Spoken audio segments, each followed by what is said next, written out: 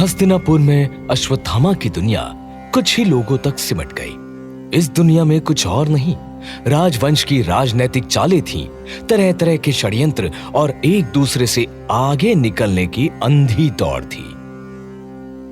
अश्वत्थामा इस अंधी दौड़ में शामिल तो नहीं होना चाहता था, लेकिन अपने पिता आचार्य द्रोण को दिखा देना चाहता था कि जिससे वो अर्जुन पर उन्हें सबसे ज्यादा भरोसा है, उनका बेटा उसे बहुत आगे है, शस्त्र विद्या में भी, शास्त्र विद्या में भी। लेकिन ऐसा सोचने से क्या होगा, उसे तो ऐसा कुछ करके दिखाना था।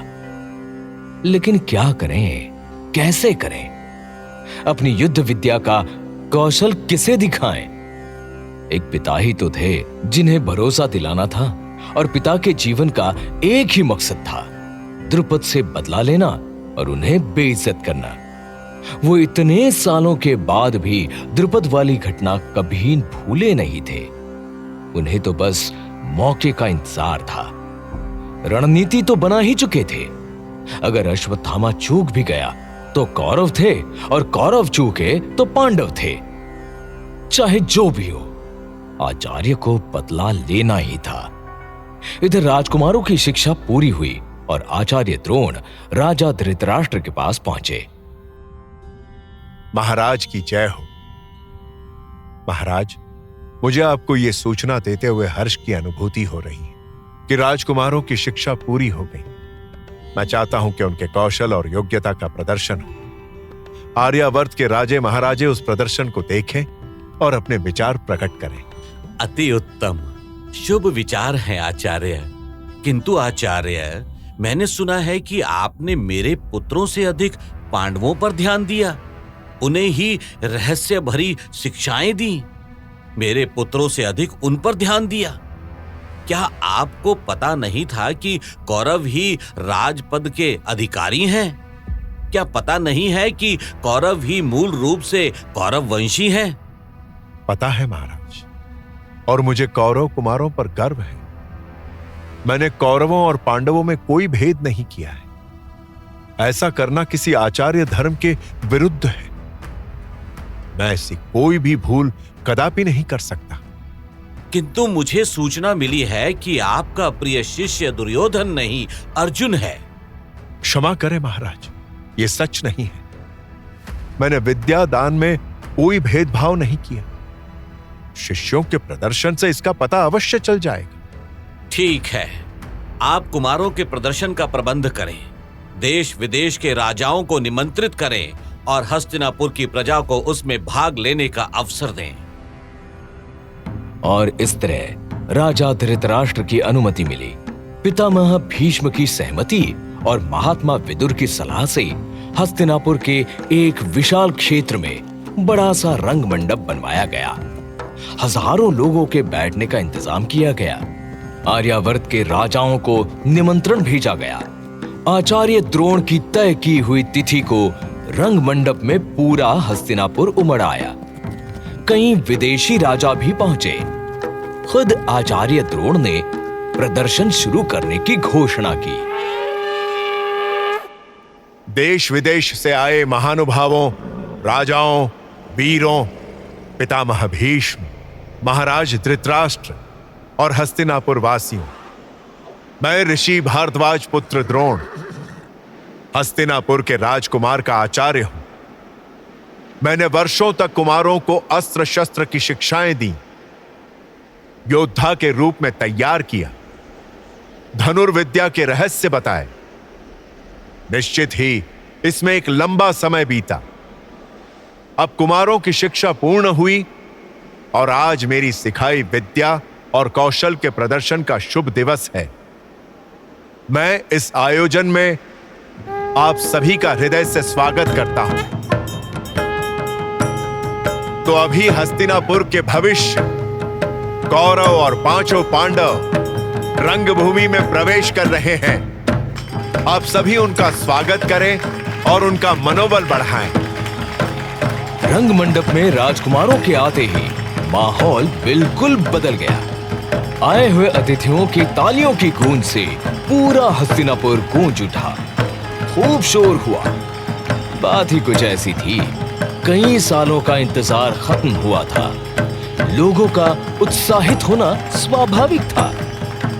इधर सारे के सारे राजकुमारों के हाथों में चमड़े के पट्टे बंधे हुए थे, कवच, बाजूबंद और न जाने क्या क्या। पीठ पर तरकश बंधे थे, हाथों में धनुष थे। सभी योद्धा लग रहे थे, लेकिन सबसे बड़ा योद्धा खामोश था, एकदम चुप। वो और कोई नहीं, आचार्य द्रोण का बेटा अश्वत्थामा था। वो मौके की तलाश में ही था। जब वो अपने पिता से एकांत में मिला और मन में उमड़ते सवालों का जवाब पूछा, आखिरकार वो मौका मिल ही गया। वो पिता के पास पहुंचा और पूछा, आपने सुना पिताजी? सुना आपने? ये मेरे धनुष की तनकार है और मुझे विश्वास है कि ऐसी तनकार आपका कोई भी शिष्य नहीं कर सकता। किसी के धनुष में इतनी शक्ति नहीं है। आप मुझे रंगमंच पर क्यों नहीं? शांत पुत्र, क्या बोल रहे हो? ये राजकुमारों का प्रदर्शन है, तुम्हारा नहीं। तुम क्षत्रिय नहीं, ब्राह्मण हो। तुम्हारा कार्य क्षत्रियों को शिक्षा देना, कौशल का प्रदर्शन करना नहीं। प्रदर्शन का अधिकार केवल क्षत्रियो को क्यों? क्या वीरता केवल क्षत्रियो में होती है? क्या ब्राह्मण निर्बल होते हैं? क्या ब्राह्मण की भुजाओं में शक्ति नहीं होती? क्या भगवान परशुराम ब्राह्मण नहीं है जिन्होंने? भगवान परशुराम ने न्याय की लड़ाई लड़ी और लड़ रहे हैं पुत्र। तुम उनका उदाहरण नहीं दे सकते। तुम्हारे बल, बुद्धि, विवेक और शौर्य पर मुझे गर्व है अश्वत्थ, किंतु तुम यहाँ शक्ति प्रदर्शन नहीं कर सकते। मैं राजकुमारों के प्रदर्शन के पश्चात तुमसे बात करता हूं। प्रतीक्षा, ये देखो, अभी अर्जुन के कौशल का प्रदर्शन होने वाला है।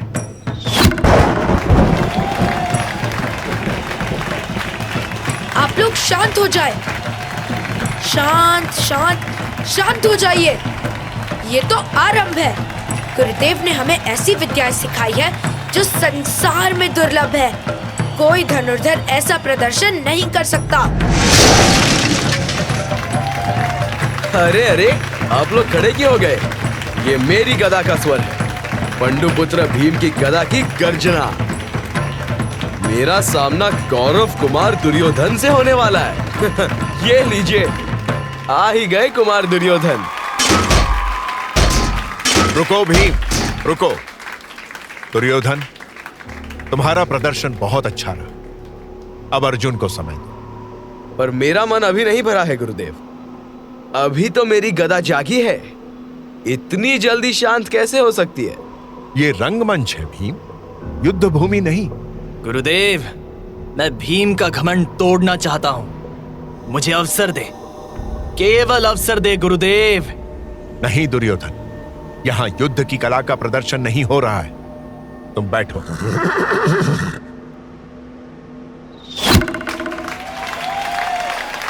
ये देखो दुर्योधन, अर्जुन का बाण। उसने पहले नमन किया, अभी उसका प्रदर्शन शेष है। अर्जुन ने मंत्र बोलकर अपने अग्नि अस्त्र का प्रयोग किया। हिमधीस्य वदेर्गो भण्य रेर्वतु वित्सतस्वर भूभुः ओम अग्नियातस्य जानाति विसर्गादान पद्धतिम यः पुमान् गुरुणाशिष्टस् तस्याधीन जगतयम्।